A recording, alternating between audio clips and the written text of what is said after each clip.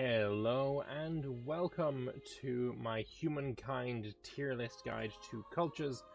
And in this run, you can see it's the same run that I've done all of the other videos in, and we have gone with the Dutch for the previous era. It's not the best one in that era, I have said that before, but having a look at the emblematic quarter, we have the VOC warehouse that has been built next to the market, the harbour, and we're only getting 23 gold from this, right? It's something I said before, but really want to reiterate. You really have to plan for your VOC warehouse. Right. But that's enough about the Dutch. We have all of our era stars, and we are ready to go to the next era. And we're going to start off with the Persians. The Persians are a builder civ, which, as we've gone through many times before, the builders are just fantastic, and you can't go wrong with them.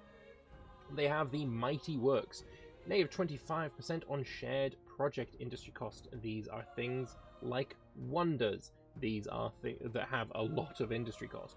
These are things like later on when you're looking at going to the moon and doing your nuclear research programs. These are shared industry projects, and you know, if you get 25% of the cost off what is a very expensive building, great. Also, negative 25% on all constructibles industry costs. So just literally everything that you can construct gets 25% cheaper. Fantastic, absolutely fantastic. This is like A tier on its own.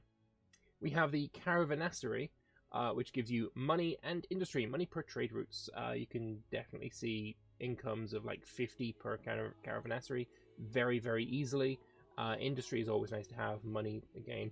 Money per adjacent market quarter counts as a makers and a market quarter, so you know, putting two of these next to each other across a region boundary and just like boost the amount of money you get from it quite easily. And it applies swift to any friendly army located in the district, so +3 land movement speed. Always nice, always nice.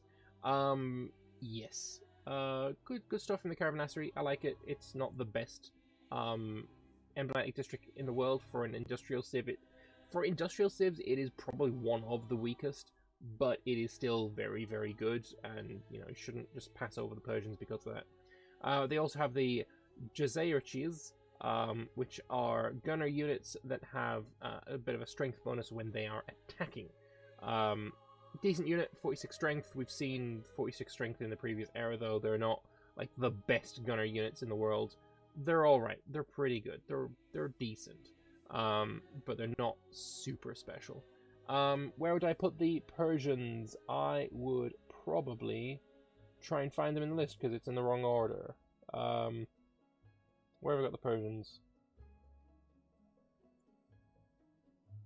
Is that the Persians? Doesn't look like the Persians. Where have I got the Persians?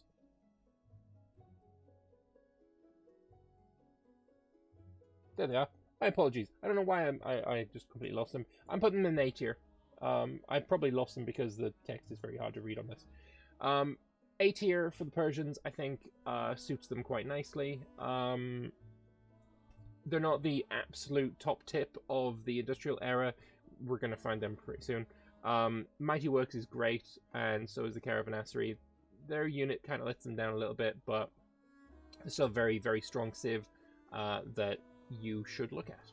Austro-Hungarians. Until very recently, I didn't really rate these guys too terribly highly, but now I really, really rate them quite nicely. They are an aesthete civ, so you know, the cultural blitz, blah blah. We've gone over that before. They have the Emperor's Hand, +1 influence on districts and on emblematic districts. So you're going to get a ton of influence as soon as you choose Austro-Hungarians, because how many districts will you have at this time? Hundreds, easily hundreds. 150. I mean, we can see how many I've got as the Dutch. If we cancel that a second and cancel that as the Dutch, I currently have, where's districts, builder stars, 120. So yeah, you can see that you're going to be getting quite a lot of value out of that. 120 extra influence per turn. It's nothing bad. It's not bad at all. We also have the Opern House, +1 stability per district. Remember what I just said about districts? You're gonna have a lot of them. you build, I mean, in your capital city, you're obviously not going to have 120 districts in your capital alone, but you could very easily see a capital with a hefty amount of industry and, districts. We'll have a look. We've got our city here of Megalopolis. Megalopolis has 88 districts, and I know you can't actually see that on the screen. Let me just do that. We have 88 districts. So if we choose to be the Austro-Hungarians, we get +1 stability per district. That's 88 stability. Each region. Do you understand how strong this is?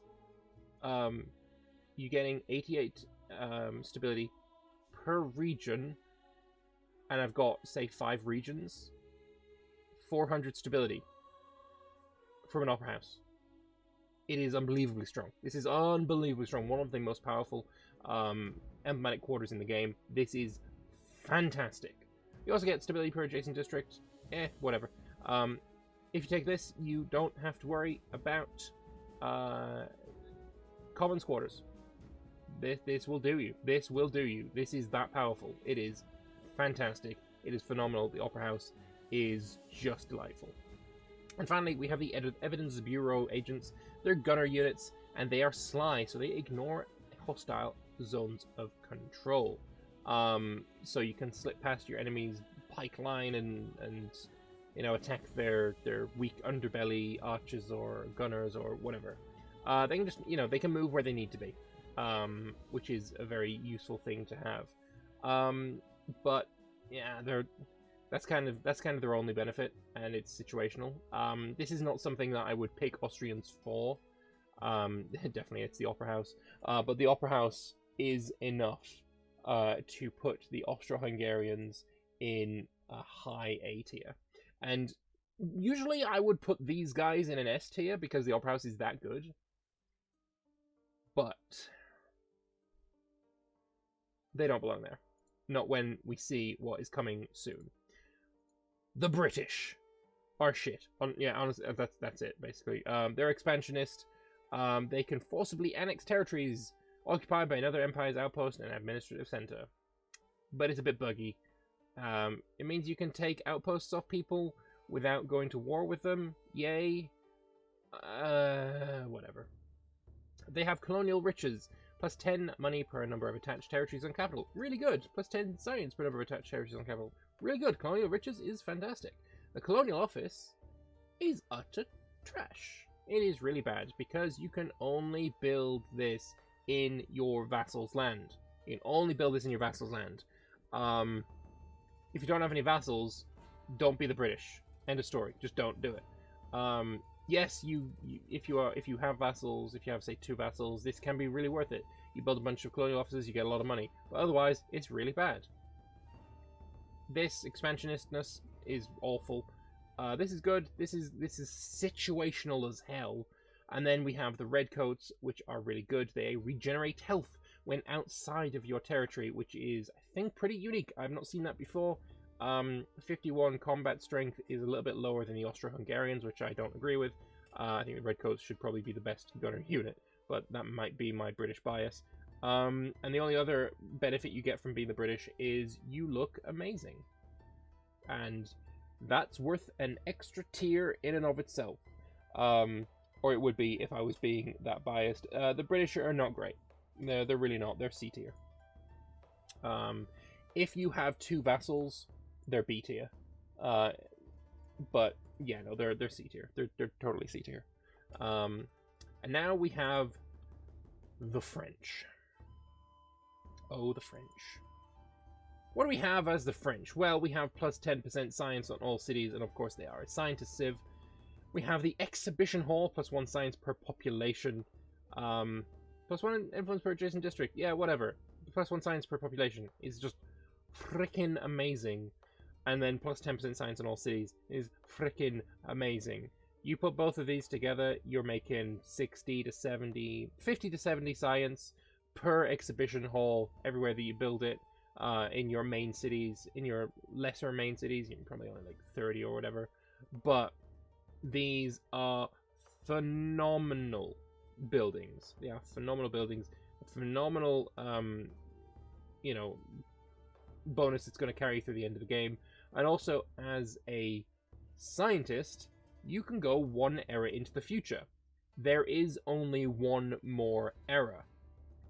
If you have taken a route that has given you a ton of industry, say you've got, say, 5,000 industry on your capital, which is totally possible. Say you've gone Mughals, getting plus industry per the territories under your sphere of influence. Say you've gone Khmer for the Beret. Say you've gone with the Egyptians. Say you've gone with the Maya, and you've got just a ton of industry, like a ridiculous amount of industry. You can turn all that industry into science, and you can quite easily, very, very easily, reach situations where you have 10, 15, 20,000 science per turn. If you do this on all of your cities, this collective minds, 20,000 science per turn, you can research the final tech of the game in 2 turns.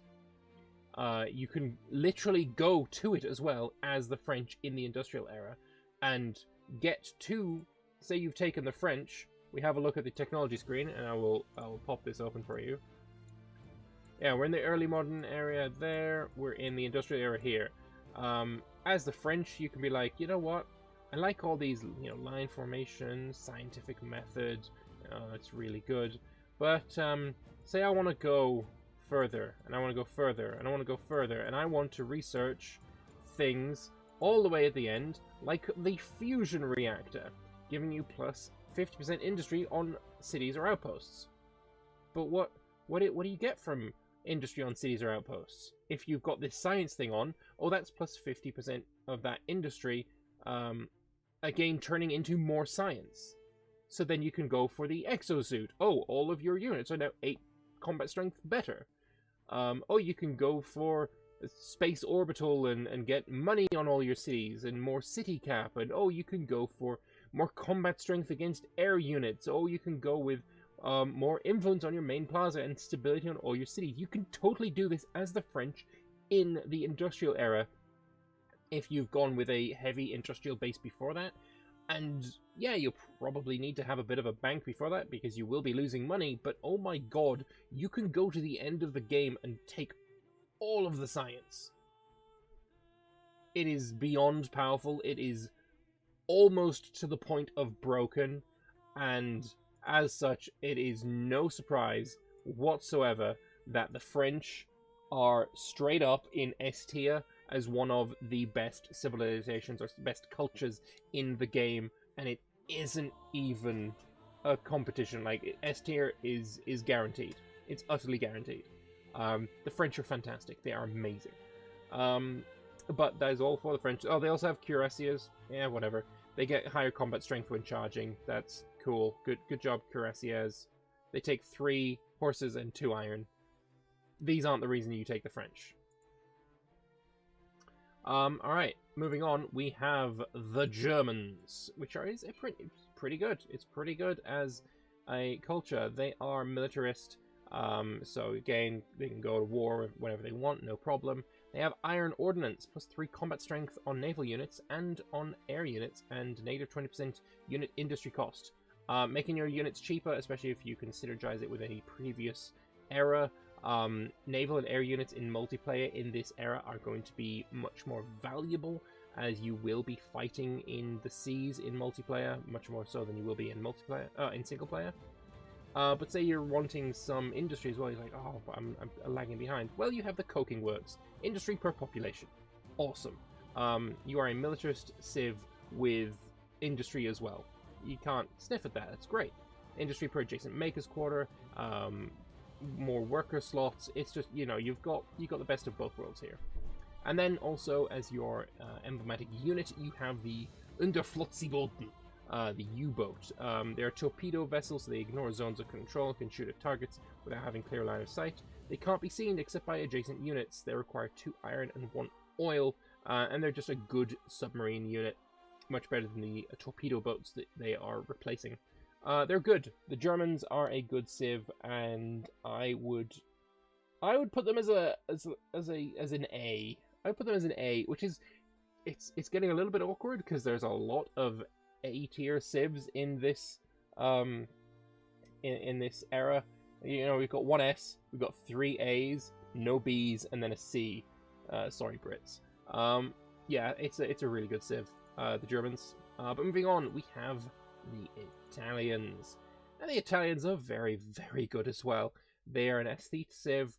Everything we said about aesthete civ still applies, but they have stability on Commons Quarter +10, influence on Commons Quarter, and cheaper Commons Quarters.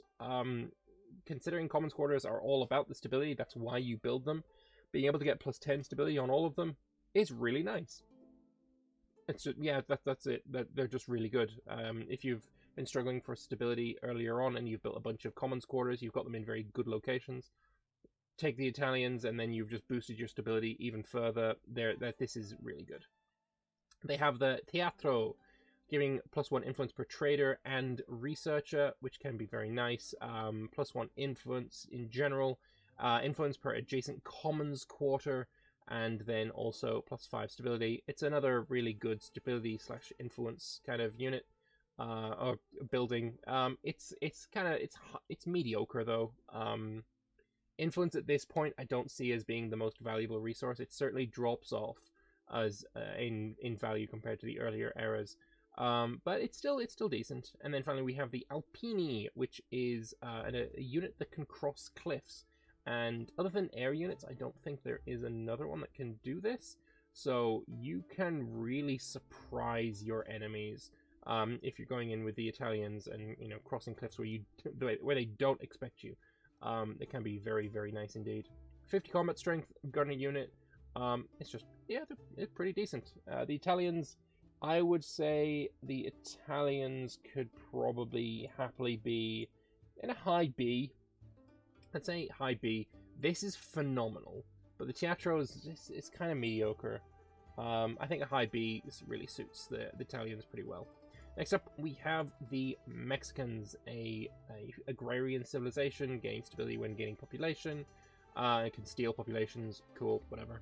They have the Fields of Gold, +10% food on all cities, which is phenomenal. That immediately puts them in, say, a high B.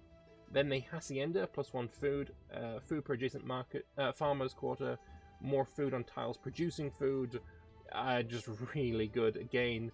And then they have the Soldaderas, which is a gunner unit that is a guerrilla fighter, a stealth unit that remains hidden even when attacking. So, yeah, really, really good unit there. Very hard to combat this, as you really do need to get adjacent to them, and if there is an issue with that, say there is a cliff in the way, these guys can just shoot at you with utter impunity. I think these also belong in the B tier, probably higher than the Italians, though, if I would say, because of the Fields of Gold. Yeah, I think B tier. The Haciendas, no. No, the Mexicans belong in A. The Mexicans belong in A, which means I again need to do a little bit of a shuffle around. So we have the Mexicans where they're supposed to be then. Yeah, I'm pretty happy with the way that I've got these spaced out. Seems like, the Mexicans belong in A, because they are, like, that. The food is really, really good. I guess there's an argument to be made that food isn't as key in the industrial. You're going to be getting a lot of technologies that give infrastructure that gives a lot of food. So maybe it's not entirely necessary at this point, but that would potentially put it into a high B. But I think for now an A still suits pretty nicely. So moving on, we have next the Russians, who is another expansionist civ, and yep, not going to go over that again. They've got Land and Glory, 10 experience on creating a unit per number of attached territories on all cities. That's amazing. That's really, really good. This doesn't mean that you're adding up all of the territories on all of your cities all together, and then that's what's going to get applied. It's, you've got a city with 5 attached territories, it's going to have 50 experience in that city. You've got another city with 4 regions, that's going to get 40 experience. So It's you know, that one city empire kind of deal, the pretty interesting megalopolis run. You could have a lot of experience on any units created when you are the Russians and whatever you take in the next era as well. So that's actually it's a much better bonus than you would think on the surface. Is it worth taking the Russians for? I mean, when you got the French there, probably not, but it's not bad. It's not bad. They also have the Sobor, influence, stability, and faith per adjacent district, and you get some health regeneration on the unit. I think this is when the unit is actually stood on top of the Sobor. It's not just in the region itself. So, is it a good emblematic district? Yeah, no, there's not. I like emblematic districts that give you more gains based on population or based on the region, whereas this is just a flat bonus, a flat bonus, a flat bonus per adjacent district. But it's faith. In the industrial era, faith kind of drops off as the main thing you're pushing for. It's not something I'm really going to be pushing to take. And then finally we have the Cossacks, which can multi-move, is what their special ability is, which means that they can, in a battle, instead of you've got one move and then a shoot, and you know some units can move, then shoot, then move again, these guys can move, shoot, move a little bit more, and then move a little bit more, and then move a little bit more until you've used all of your movement. It doesn't matter if you are, you know, you don't have any restrictions on how many moves you can make other than the amount of movement points you have. They're also ignoring zones of control, which is quite nice, especially for horses. Getting behind the enemy lines, setting up flanks, that kind of thing is pretty good for them. So yeah, Cossacks, they're a better Dragoon unit. Is it worth putting Russia higher because of them? Probably not, and because of that, I think I'm going to pop them in the C category. Alright, moving on. Next up, we have the Siamese, another industrial culture here, and, you know, when you've got a builder civ, that's automatically a good civ to have. They have gilded orchards, which means they get +3 industry per district on all cities. That's pretty good. Again, if you're using a megalopolis run, or even if you've just got a really large capital, you're going to have a lot of districts on your cities, and if you take this, you get even more industry. Awesome. +1 money generated from ongoing trade on all cities as well. You're going to be getting probably not massive amounts of money, but 50 gold at this part of the game. I could totally see that being a case. They also get the floating market, which is +1 money per population, which is awesome.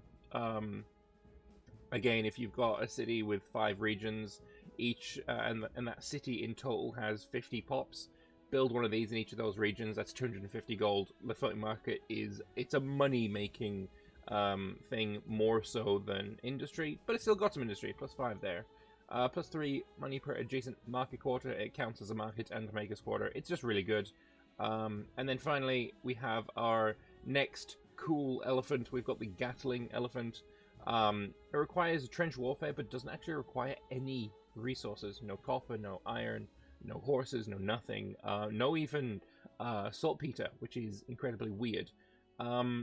It's a gunner unit, and it gives suppression, so if you shoot at somebody with this Gatling elephant, they can't move next turn, and their combat strength is reduced. So, yeah, no, they're really good. These Gatling elephants are fantastic.